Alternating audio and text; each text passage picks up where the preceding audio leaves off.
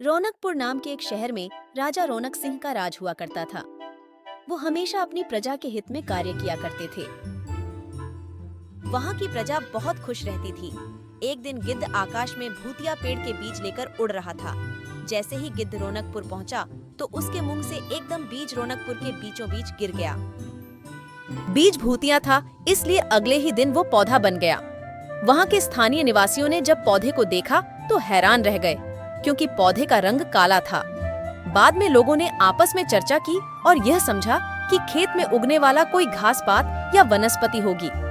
दूसरे दिन वो पौधा काफी बड़ा हो गया। लोगों को और ज्यादा दुविधा हुई कि एक ही दिन में ये पौधा इतना बड़ा कैसे हो गया। होते होते वो पौधा तीसरे दिन पेड़ बन गया। समय बिता और लोग भी तेजी से बढ़ने वाले पौधे के बारे में सोच सोचकर परेशान हो रहे थे। वो इस मामले को राजा के पास लेकर गए। ऐसे जादुई पौधे का पता चलते ही राजा तुरंत उस जगह पर पहुंच गए। राजा को जैसे ही पता चला कि एक काले रंग का पौधा 3 दिन में पेड़ बना है, तो वो भी उस पेड़ को हैरानी से देखने लगे। राजा उस पेड़ के पास चौथे दिन पहुंचे थे और तब तक पेड़ और बड़ा हो चुका था। वो इतनी तेजी से फैला था कि किसी को यकीन ही नहीं हो रहा था। राजा समझ गए थे कि का रंग काला है, इसमें जरूर कुछ जादू टोना होगा। इसी सोच के साथ राजा ने घोषणा कर दी कि जो भी इस पेड़ को खत्म करेगा उसे वो इनाम के तौर पर 1000 सोने के सिक्के देंगे।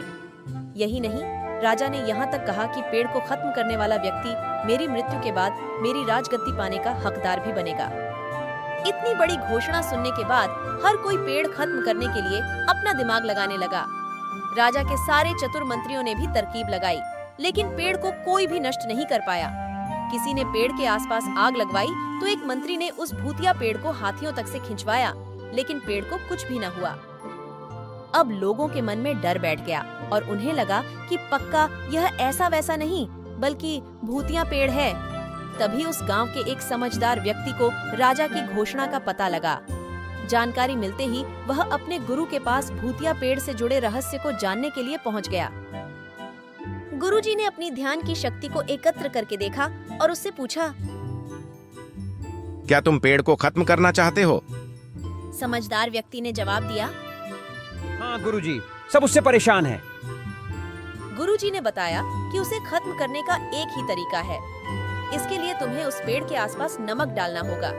इस तरकीब के बारे में जानते ही वो व्यक्ति तेजी से राजा के पास गया और कहा कि इस पेड़ के आसपास आपको नमक डलवाना होगा। ऐसा करने पर ही यह पेड़ खत्म होगा। राजा ने अपने सैनिकों को ठीक ऐसा ही करने को कहा। सैनिकों ने मिलकर पेड़ के चारों ओर खूब सारा नमक डाल दिया। नमक डालने के एक दिन बाद ही पेड़ का आकार कुछ कम हुआ। होते होते 5वें दिन तक पेड़ एकदम छोटा हो गया। उसके बाद गलकर वो गायब ही हो गया। उस व्यक्ति की तरकीब काम कर गई और राजा ने खुश होकर उसे इनाम की 1000 सोने की मोहर पहले दी। उसके बाद एक पत्र दिया जिसमें लिखा था कि वो राजा के मरने के बाद उनकी गद्दी को संभालेगा। वो समझदार व्यक्ति खुश होकर अपने घर चला गया। कहानी से सीख, ऐसी कोई मुसीबत नहीं होती जिसका समाधान न किया जा सके। जरूरत है तो बस धैर्य और समझदारी की। इसी तरह के रोमांचक कहानियां देखने के लिए हमारे चैनल किड्स टून को सब्सक्राइब करें।